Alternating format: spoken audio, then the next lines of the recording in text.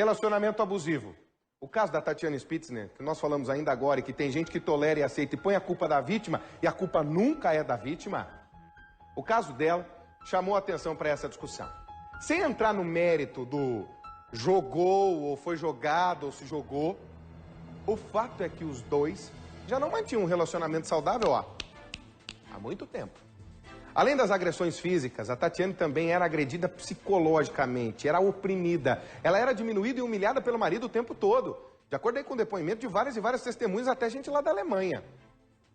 Mas por que, apesar da vontade de se separar, ela continuou casada? E mais, por que ninguém interveio no relacionamento do casal? Ninguém, marido e mulher, aquela história de meter a colher. As respostas são muito complexas, são difíceis. E você confere agora, na reportagem especial do grande Emanuel Perim. Balança.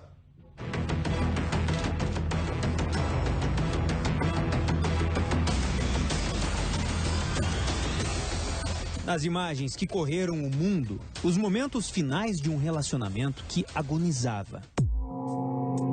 Mas Luiz e Tatiane não foram sempre assim. O que acontecia antes de tudo isso?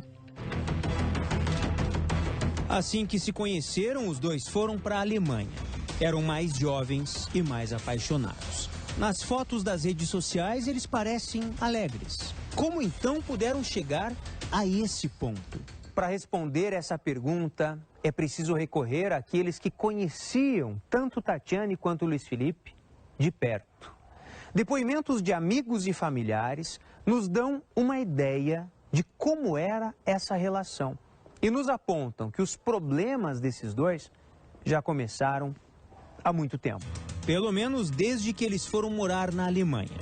Um amigo do casal diz em depoimento que, em um certo dia, Tatiane comprou uns shorts e o vestiu. E quando saíram, mexeram com ela e Luiz Felipe chegou em casa e rasgou os shorts. O pai de Tatiane também diz: na Alemanha, uma das advogadas do escritório que Tatiane frequentou percebeu que ela possuía algumas marcas nos braços e usava blusas de mangas longas, mesmo em dias quentes, possivelmente para escondê-las. Deve ser por isso que, nesse outro depoimento, uma amiga da vítima diz que Tatiane tinha medo de Luiz Felipe.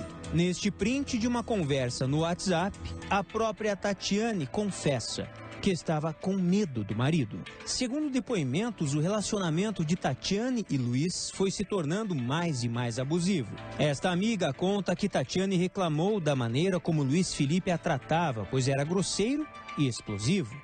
Ele a rejeitava, a diminuía, a humilhava, que tinha nojo dela e que a odiava. Outro amigo conta que na festa de aniversário de Luiz Felipe, ele, após ingerir bebida alcoólica, passou a acariciar o corpo de Tatiane, passando a mão nos seios e nádegas. Tal atitude deixava Tatiane constrangida, pois era desapropriada para aquele local. O ideal de masculinidade, infelizmente, numa sociedade violenta como é o Brasil, exige dos homens virilidade, força, machismo.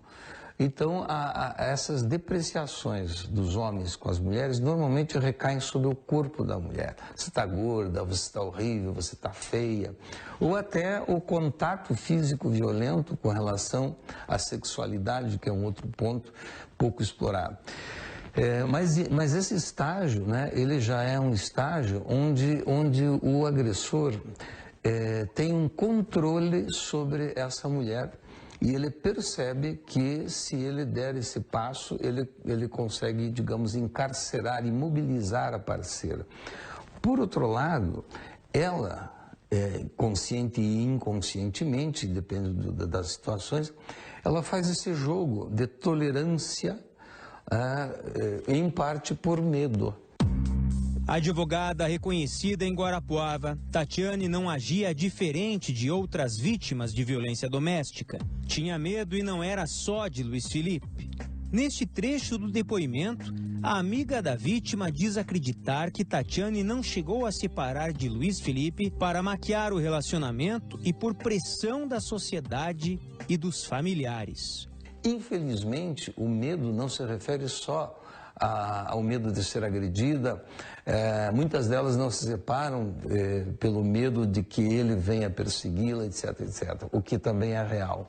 Muitas dessas mulheres não se separam porque elas têm medo de perder aquele homem que elas amam, mesmo com a violência. Por mais absurdo que pareça, a dor da perda de quem elas amam é maior do que a dor física da violência. Muitas mulheres têm medo de ficar sozinha. Isso é uma formação cultural de longa data, né, que imprime na mulher maior responsabilidade da permanência do casamento. A responsabilidade pela família, a dificuldade de assumir a dissolução de uma posição social, tudo isso entra em jogo nesse cômputo, nessa contagem, nesse cálculo que se faz da manutenção ou da separação do casamento. Esse é um dos pontos, sim. Nas redes sociais, posts de Luiz Felipe faziam referência à violência. Neste, ele diz estar indo quebrar os braços e estrangular um pouco. Mesmo em tom de brincadeira, seria esse mais um sinal? E mais, porque afinal ninguém interveio no relacionamento desse casal. Esse é o problema, que quando uma amiga, um profissional, um familiar tenta apontar para a violência, muitas delas escondem a violência e é impressionante porque a vizinhança tem o conhecimento, todos têm o conhecimento.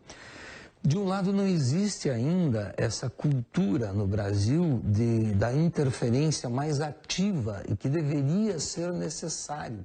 Ainda é vigente uma tradição constrangedora que é, em briga de casal não se mete a colher. Né? Então, as pessoas, o vizinho diz, não, é melhor deixar para lá. A família tenta uma vez, duas, três, e depois vê que não há resposta dessa mulher.